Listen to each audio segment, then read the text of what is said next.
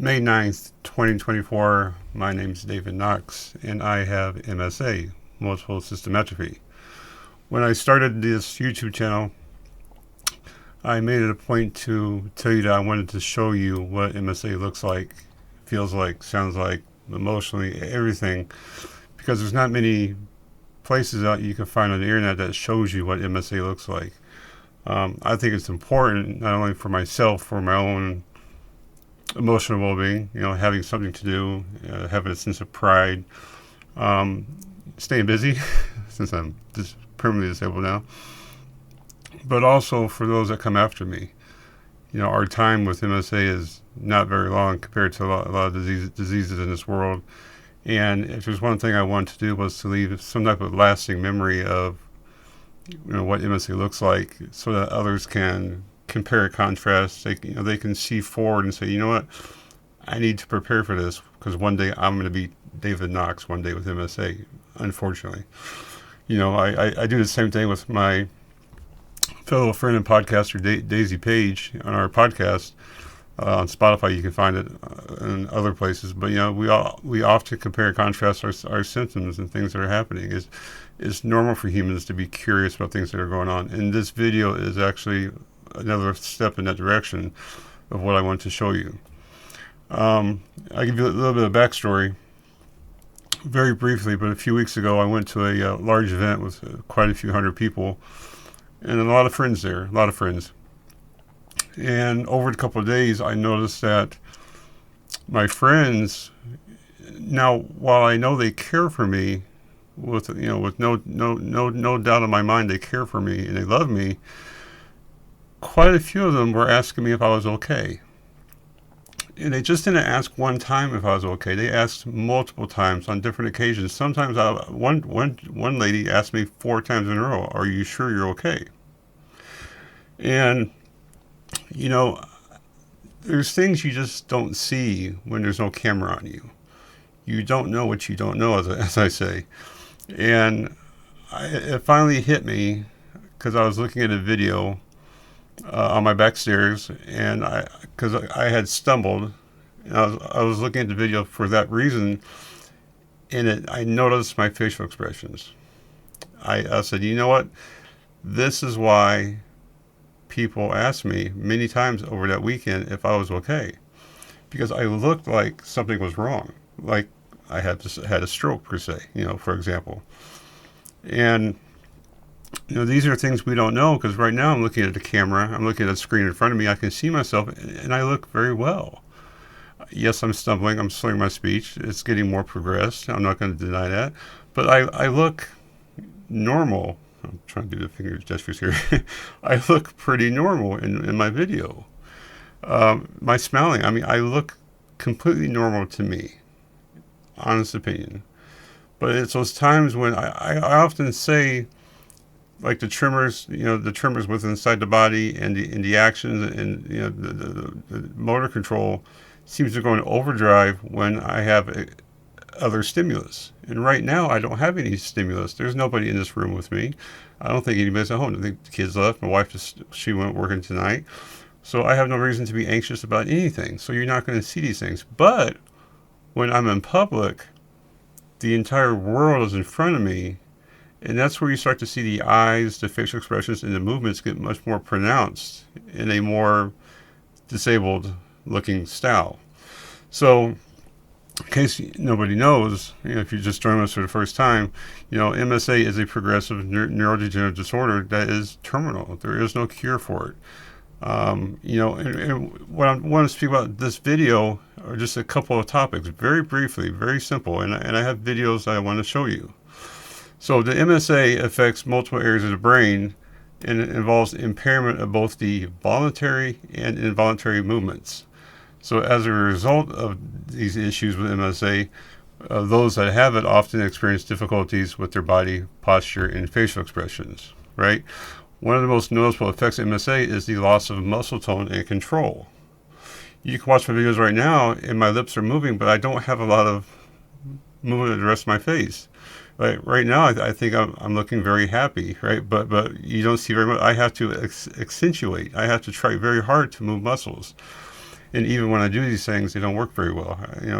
Taking pictures now is very hard for me because when I smile, I don't look very well. But if I don't smile, I look unhappy. So it's one of those things where you're fighting this battle of should I take a picture or not, So muscle tone and control, which leads to changes in the body posture. As the disease of MSA progresses, we developed into a much more stooped and a hunched posture, leaning forward, making it challenging for us to maintain an upright position. Which of this, it can impact our mobility and overall quality of life. I'm sure nobody's going to debate that. Also, MSA affects facial expressions. Facial muscles play a crucial role in nonverbal communication, expressing emotions and conveying social cues. Right? I mean, when somebody looks, when the wife looks at you, she don't have to speak. She's mad at you for maybe not doing the dishes or you did something wrong, right? Nonverbal communication is everything, and the face plays almost all the entire part of that. So, due to the degeneration of nerve cells in the brain, mainly the putamen and caudate, individuals with MSA may have a more limited facial movement and reduced ability to express emotions through their facial expressions. So this can often be misinterpreted by others, leading to misunderstandings and difficulties in social interactions. Makes perfect sense because I've noticed that more and more as I go out to events and parties and social things. So the impact of MSA on the body posture and facial expressions extends beyond the physical challenges. It can have significant psychological and emotional effects on individuals with the condition. The loss of control over my own body and the ability to communicate with my facial expressions can be frustrating and isolating, leading to feelings of depression, anxiety, and a decreased sense of self-worth. I can attest to that. I'm sure my wife and anybody else who cares for somebody with MSA, that's just, unfortunately, that comes with the territory. Nobody's going to deny that. So, there are things that can make these things better, at least try to slow them down, improve them for a limited time, but unfortunately MSA is going to conquer all, and we have to live with that. But, since there is no cure for MSA, there are other treatment options to manage some of these symptoms that we talked about and improve the quality of life in individuals with this condition. Physical therapy is one, occupational therapy is another, and assistive devices can help with maintaining mobility and improve posture. Additionally, speech therapy and counseling can provide support in managing the emotional and psychological impact of this disorder. And I'll be the first person to say I see therapists and I see psychologists on a regular basis. So, I'm not ashamed to say that because it actually helps. So I do want to show a couple of videos here. And I showed these two videos before on some other videos over a year ago. But I want to compare and contrast. I want to show you things. So let's go back to June 8th of 2023, last year, almost a year. And this is me in the backyard. If you see let's turn off the volume. Pay attention to my neck, my head, my arms, my movement. Am I moving freely? Am I looking around? Are my arms stuck in one position, or are they moving also? Now, this is 2 years plus into the disease of MSA, so things are getting much more stiff. I won't deny that. But overall, if you look on this video, I guess I get the play button. Legs are moving good. I'm still moving arms back and forth a little bit. I'm looking down. I'm touching my shirt. Arms are swaying back and forth. I'm looking right. I'm reaching up. Even right there, I looked over my neck to my right, looking at maybe the pool or the grill or something, right? I'm still very mobile. Yes, I look very rigid, but I'm still doing things. I'm moving left to right, moving parts of my body. Looks halfway normal, right? Of course, this is one where I almost sit back and go backwards. Even though you look right there, you can see me looking over my left-hand shoulder. Now, pay attention to my face, my facial expressions. Now, I don't know if I can zoom in on this, probably at least not right now. I do look like I'm sick. I don't mean any disrespect by the words I'm going to say, but I do look, maybe this one, like I'm either high or drunk. It's not too bad, but you can tell by my eyes, my facial expression, he's sick. Is he that sick? It don't look that bad, but I am, right? So let me go back to a couple weeks later. I showed this video also, getting off the pool. Now, I'm not very concerned about the pool part because we showed that. But the walking, right? Moving my arms, drying myself off, pretty easy. Grabbing my phone, grabbing a waterproof speaker for the pool. I'm carrying these things. I'm moving while carrying them, right? Legs are moving pretty good. Moving a little slow, but that's okay. That's why I'm falling right. Now I'm falling left. But still, I'm looking down. Head's looking down. My body, right? I have issues with step. Looking down, moving, coming up pretty fast. My head looks right. I look over my shoulder a little bit to the right. My right hand comes. I put the speaker on the handle, the railing, so to speak. Right, still moving. Arms are moving. Looking to the right, over my shoulder. Still a little stiff, but I'm still moving pretty well. Pretty well, right? And then I took this video on May 4th, 5 days prior to this video, and notice the difference in the total movement. Again, now I'm cleaning the pool. Don't laugh at the pool. I let it go for the winter, and now we got to clean clean it out with soap and water and chlorine and get it back to going. But still, the point is, look at a person, very stiff, moving. I'm looking one direction. I'm not moving my head as I go to turn. Straight forward. My arms are down to my side, very rigid, very stiff, no movement. I'm not reaching out for railing. And I fall left, right?